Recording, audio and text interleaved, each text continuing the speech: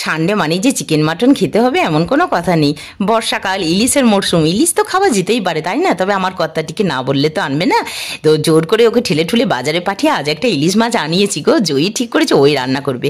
কয়েকটা ইলিশের টুকরো দিয়ে প্রমিলার টক বানিয়ে নিয়েছে। আজকে সকালে আমি রান্নাঘরে ঢুকে থোঁড়ের তরকারি বানিয়েছি, জানো।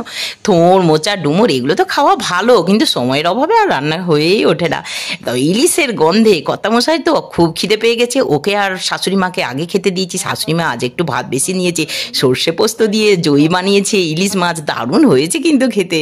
ওরাই জানালো সেই কথা। আর সবশেষে জয়ী আর আমি খেতে বসেছি।